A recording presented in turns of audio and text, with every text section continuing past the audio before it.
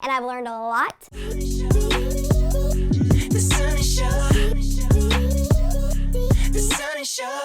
For the bright side of branding, business, and being your own boss. Hey boss, it's Sunny Lenarduzzi. Welcome to The Sunny Show for the bright side of branding, business, and being your own boss. And today I'm going to give you my 5 steps for how to create your online course. Now, I started making online courses a few years ago, and I've learned a lot along the way. And the beauty of online courses is I went from working with a handful of clients to being able to scale my business, make a greater impact, and serve people all over the world. So I'm able to have a greater impact by using online courses, packaging my knowledge into them, and selling them to people all over the place. So, in order to make your first online course, you need to know you have a good idea. So stay tuned until the end of the video because I will be giving you a checklist to make sure that your course content idea is a winner. Step number 1 is craving. You need to make sure that your course solves a huge problem or an insatiable craving, because people might say, oh, that's a really good idea, I'd buy that course, but then when you launch it, nobody wants to buy it. So whatever you are selling has to solve a problem that someone is not willing to solve on their own or Google to figure out the answer on their own, and they need your unique method to solve that problem or satisfy that insatiable craving. So a really great question to ask when you're trying to figure out your course idea is to survey your community, send an email to a few of your customers and say, what is your biggest struggle with X? So when we launched our course, YouTube for Bosses, before we launched it a few months in advance, we surveyed our audience, and the number 1 question that we asked that gave us the best response for building the course and actually marketing the course was, what is your biggest struggle with YouTube? So start there, and whatever your answers are, bank them, because you can actually use the answers when you market the course. So a lot of our responses were, I really need more views, I need to know how to use YouTube for my business, I'm lost. And then we took some of those answers and actually put them into the writing on our website and the landing page for the course. And that's when people go, whoa, she's reading my mind, because we're using the verbiage that they gave us.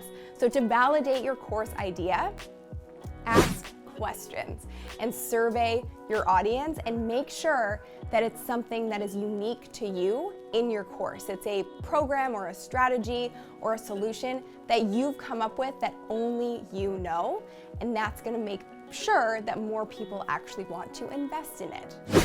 Step number 2, following up on that idea of craving, you also want to make sure that your audience is kind of prematurely and psychologically committed to your program before you even sell it. So I'm not talking about Jedi mind tricks here, I'm not talking about anything crazy, but something simple that I do when I'm thinking about creating a product or a service is I'll again ask my audience or throw it out there and see the response. This also validates your idea, because if the response is crickets, then you probably shouldn't make that product or service. If it's a huge response and there's a ton of feedback, that validates that this is a really good idea, and it also ensures that your audience is kind of primed and ready for when you do launch that program. So another example of this is we are thinking about doing a program or a course in a few months.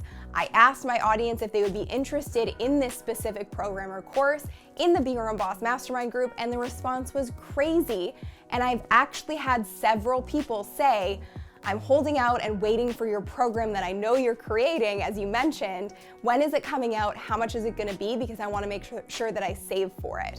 So it's a really good idea to get people to psychologically commit and kind of give them a warning about your program that's coming out by telling them about it and asking if they're interested. If they say they're interested, then they're most likely going to be a buyer. Step number 3 is, of course, your content. So what is your teaching style? There are courses out there that are one-page PDFs. There are courses out there that are simply a checklist. There are video courses. There are all different kinds of courses. There's live courses. So I teach best on video, but my courses also incorporate checklists and PDFs and documents and strategies so that people can follow along and do those written pieces of the course along with the videos. So as far as content goes, this is probably the easiest thing that you need to figure out because you are the expert at what you're teaching and you've probably already been teaching it for years. Now you just have to figure out how you want to package it. So what do you do most naturally? Is it writing or is it video? And whatever that is, that's how you kind of want to formulate the course. And the first thing you want to do for your content is create a content plan for the program and set deadlines and dates of when you need to have each piece of content finished. And as far as the length of your content or your course, it completely depends. However, if you're going to be doing videos, you need to make sure that they're digestible and not too overwhelming. So I recommend that you keep your videos under 10 minutes if you can, so that your students aren't completely lost and overwhelmed with what you're teaching them.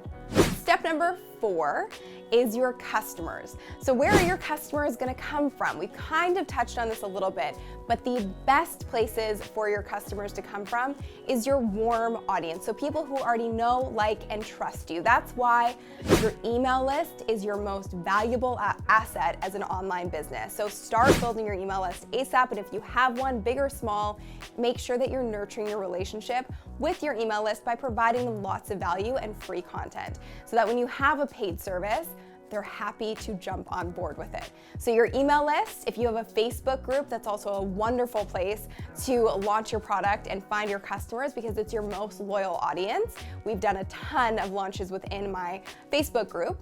And there's also your social media channels and paid traffic. So you can do advertising to your warm audience. You can also advertise to people who don't know about you yet, warm them up, and then turn them into buyers. So those are really the 4 places that you're gonna find your customers online.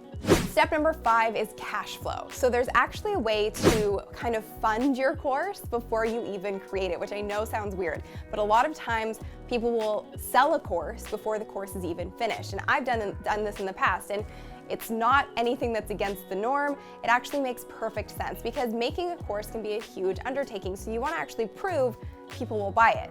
So what this is called is a beta launch. So a beta launch, you usually launch your course at a reduced price just to get people in the door, to get really good testimonials, and to get your first round of students going through the program. And then you tailor the content and build the content as they're going through it. So it's really tailor-made for them, and you know that they want it, and therefore there's more people out there that would be looking for this kind of content. So that's a really great way to start launching courses without having to go through the massive undertaking of making an entire course and not knowing if it's gonna sell. There's also, if it's a really low price point item that you're selling, you can just set up your sales page, have all of your marketing done for your product, give people the outcome that they're gonna get, sell the product, get people in the door, and then create it from there. So beta, sell at a low price point. You can actually get some cash flow before you go through the process of creating the entire course. But of course, we're all ethical here, right? So you're not gonna create it and sell it and not actually finish the course. So make sure that that is a top priority for you because I won't be happy with you. And so that is how you get some cash flow in the door for your course. And then a little bonus tip here. I know you're probably thinking, okay, cool, I understand the steps, but how do I actually make the course? That is the least of your worries. So I went through the process of making a course from scratch and using all of these different sites and technology and integrations.